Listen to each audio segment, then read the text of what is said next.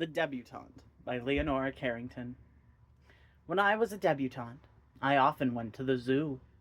I went so often that I knew the animals better than I knew the girls of my own age. Indeed, it was in order to get away from people that I found myself at the zoo every day. The animal I got to know best was a young hyena. She knew me, too. She was very intelligent. I taught her French, and she in return taught me her language. In this way we passed many, many pleasant hours. My mother was arranging a ball in my honor on the 1st of May. During this time I was in a state of great distress for whole nights. I've always detested balls, especially when they are given in my honor. On the morning of the 1st of May, 1934, very early, I went to visit the hyena. "What a bloody nuisance," I said to her. "I've got to go to my ball tonight." "You're very lucky," she said. "I'd love to go. I don't know how to dance, but at least I could make small talk." "There'll be a great many different things to eat," I told her. "I've seen truckloads of food delivered to our house." "And you're complaining?" replied the hyena, disgusted.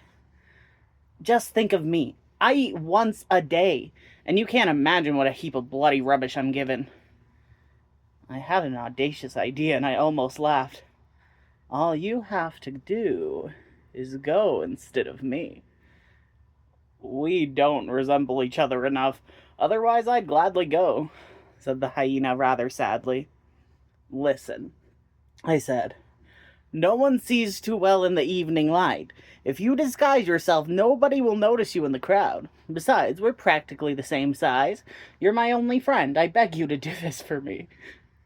She thought this over, and I knew that she really wanted to accept. "Done," she said all of a sudden. There weren't many keepers about.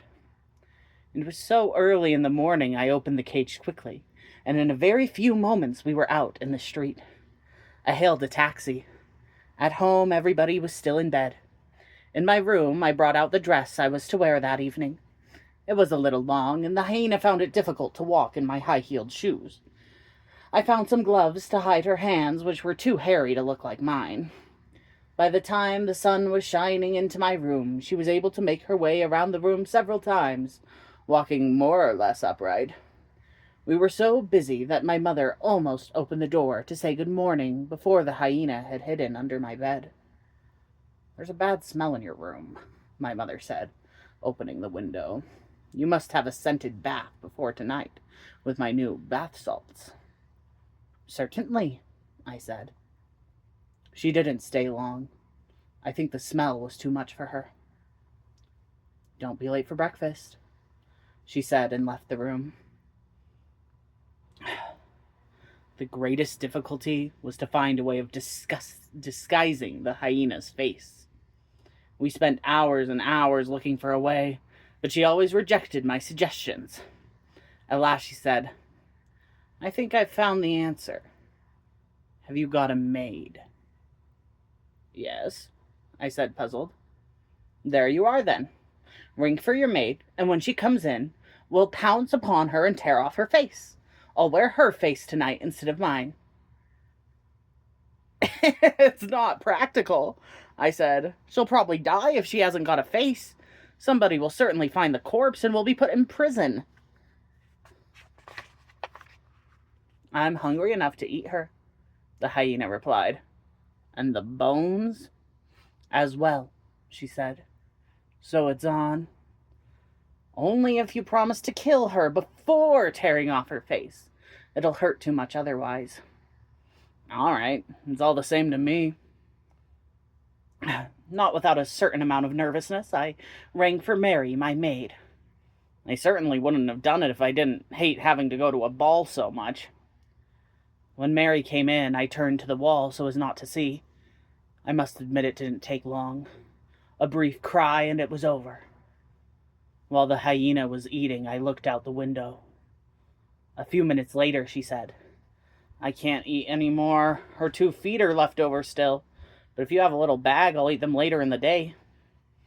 "You'll find a bag embroidered with fleur-de-lis in the cupboard.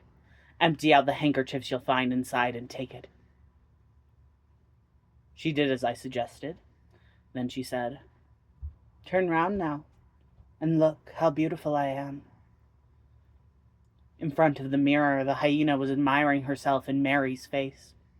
She had nibbled very neatly all around the face, so that what was left was exactly what was needed. "You've certainly done that very well," I said.